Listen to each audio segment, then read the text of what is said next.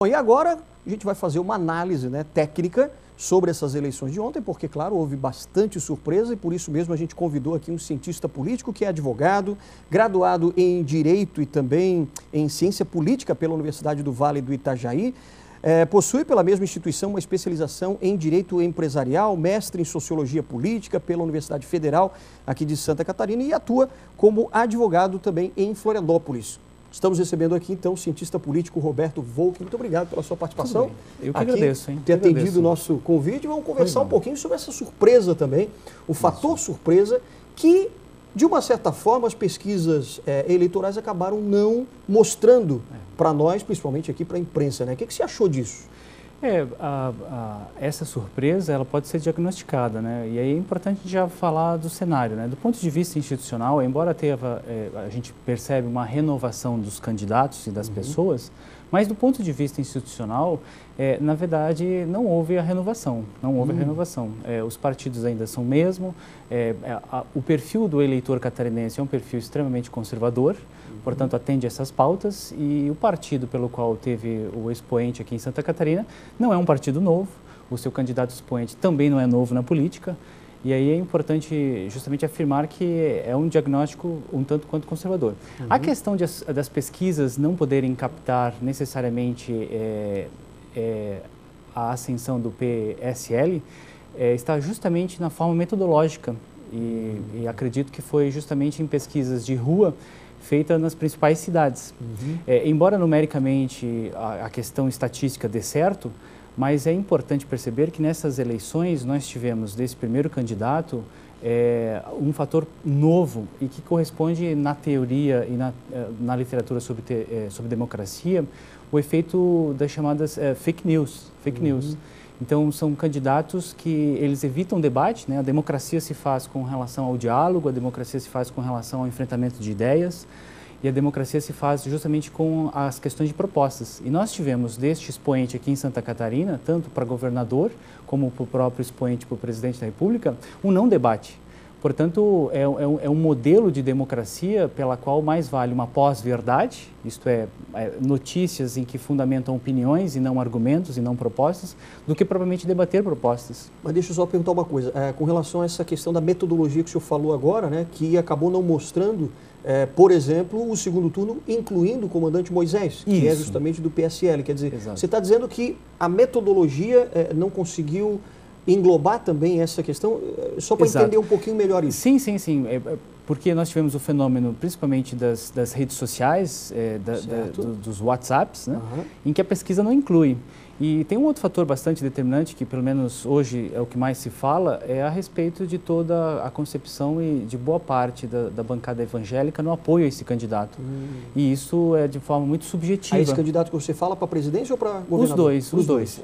Me parece que o fenômeno aqui em Santa Catarina é um fenômeno específico no sentido de um descrédito com a política, né? Essa política tradicional. Daí tivemos uma mudança, de fato, né? Várias pessoas da política tradicional não tiveram acesso aos cargos e nem à reeleição.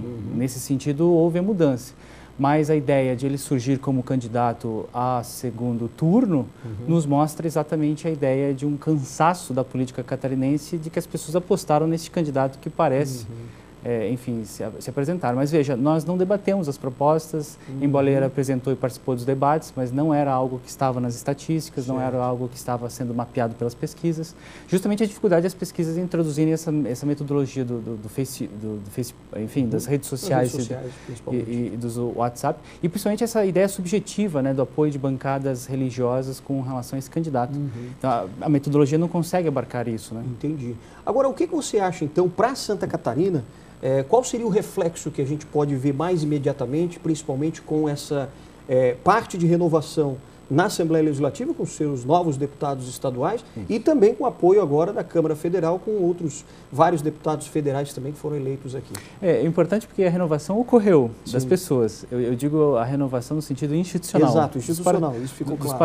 Dos partidos. Me parece que, de fato, o apoio dado a este candidato que sai em primeiro turno nas pesquisas presidenciais ganhou muito na bancada, tanto é que ficou a segunda maior bancada, né? Ainda será necessário, porque tanto o candidato a presidente como o candidato do Estado é partido único, né? Então, tentaram a candidatura do partido único. A ideia sempre, desde a democracia, desde o restabelecimento da democracia de 88, é o presidencialismo de coalizão.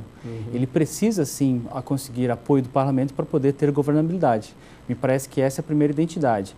Não tão sério no sentido do Congresso Nacional, mas muito mais aqui no Estado. Nós ainda tivemos boa parte dos candidatáveis, dos que ganharam as eleições para o Estado, ainda pertencem à chapa do Merizio. E aí a necessidade de ter um diálogo. Se não tiver um diálogo agora no apoio para se candidatar, ele vai ter que ter um diálogo posterior para poder governar, né?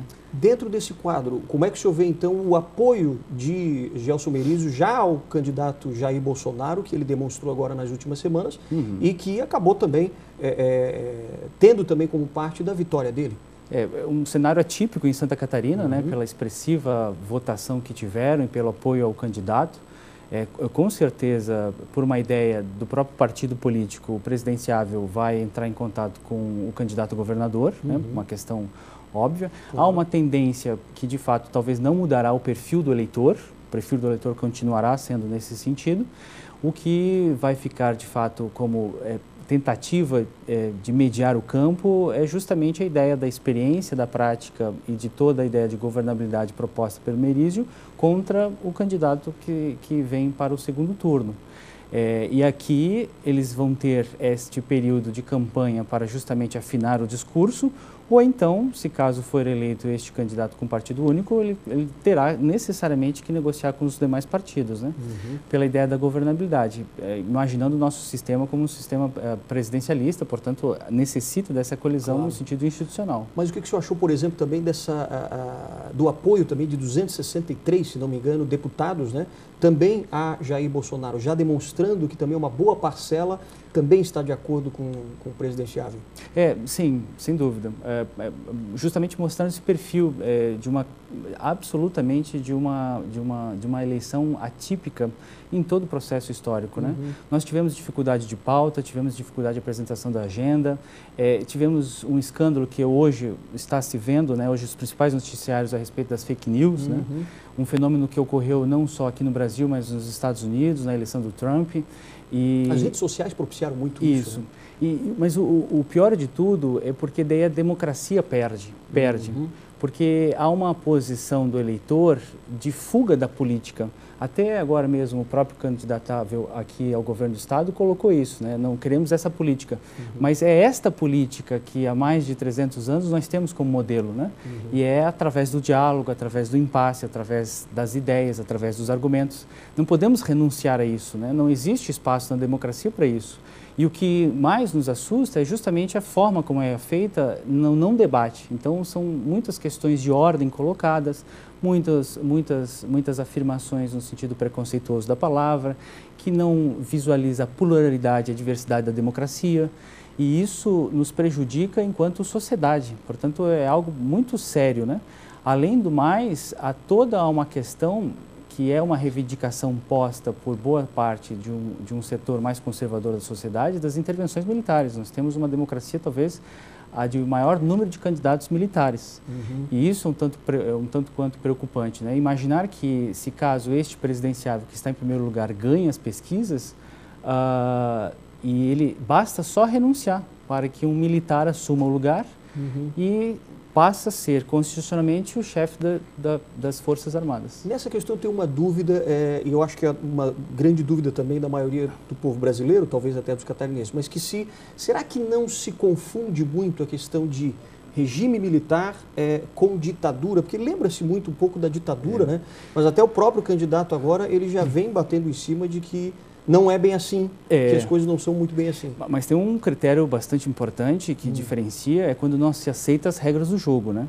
E é uma fala muito expressiva desse candidato, justamente ou ele ganha ou é fraude.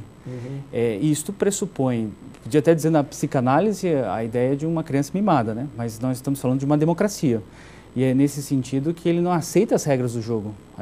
E isso se propaga de uma forma assim absolutamente violenta nesse sentido. Ou ele ganha ou é fraude.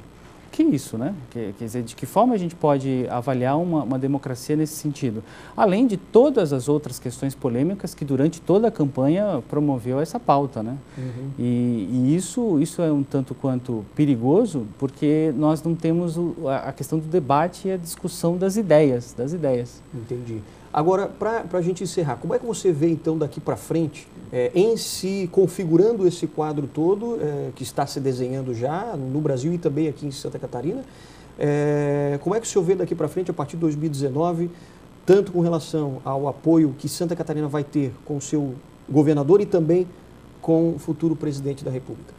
Eu creio que a gente vai ter que analisar muito bem, inclusive a nossa Constituição ela está no momento de ruptura, é necessário rever as bases dessa Constituição, é necessário reforçar as bases dessa Constituição e nós temos duas pautas absolutamente distintas. De um lado, a ideia da negação da política e de outro, todo o contexto que envolve o outro candidato, né?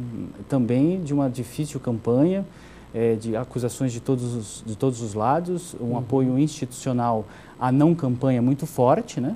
É um modelo que nós vimos o papel do judiciário justamente no cerceamento de direitos fundamentais como direito político, e isso precisa ser dito, né? Nós tivemos vários procedimentos e várias ações nesse sentido, e eu acho que a gente tem que ficar muito atento, né? Muito atento à pauta da questão dos direitos humanos e muito atento à pauta constitucional.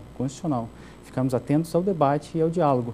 Porque o pior não é o candidato, mas o pior é o eleitor que se intitula como representante desta pauta. Certo. E aí, enfim, já há casos e a gente visualiza uma certa radicalização do discurso, que é a perda do diálogo. Ok. Roberto Volk, cientista político, fazendo uma análise aqui, então, do resultado das eleições de 2018. Obrigado mesmo pela sua participação. Uma boa noite. Obrigado, hein? Obrigado também. Pois não.